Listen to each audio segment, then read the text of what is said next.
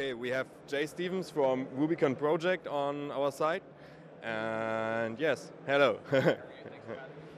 I want to ask you, do you like the D3Con so far? Of course, absolutely. This is the third year I've attended, and it's great to see the sheer number of attendees and delegates that are here.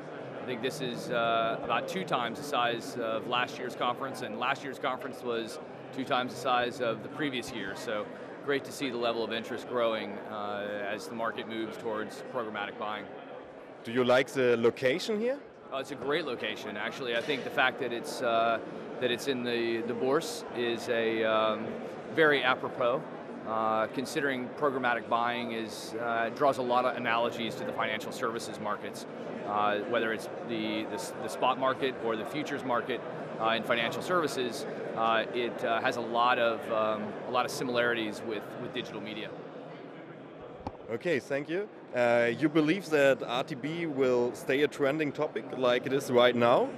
Absolutely. I think it's still extremely early days for real-time bidding in the German market, and there's a lot of room for it to grow. And both the buy side and the sell side really need to look at how it's being used properly and to see the efficiencies in other markets that the buying mechanic brings. You spoke in the publisher panel before, so can you tell us a bit about it, and can you maybe compare the German market to other markets?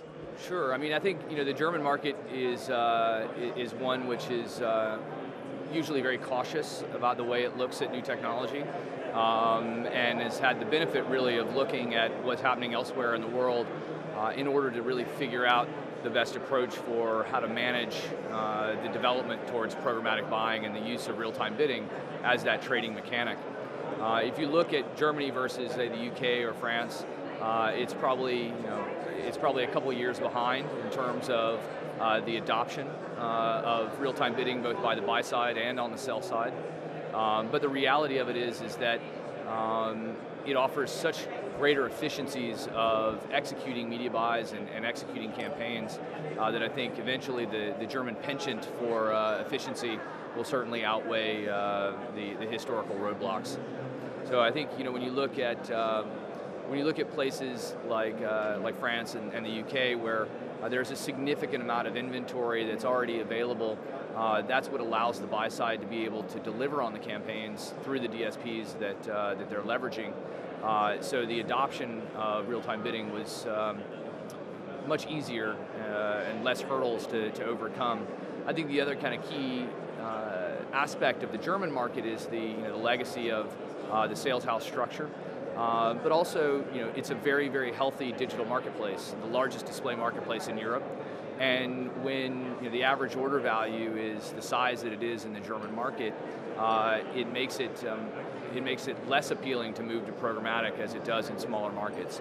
So when you look at countries like the Netherlands, Denmark, the UK, France, etc., there's much more of a need to move to programmatic buying. Now, I think the other kind of key aspect to add to that is that creative solutions don't go away.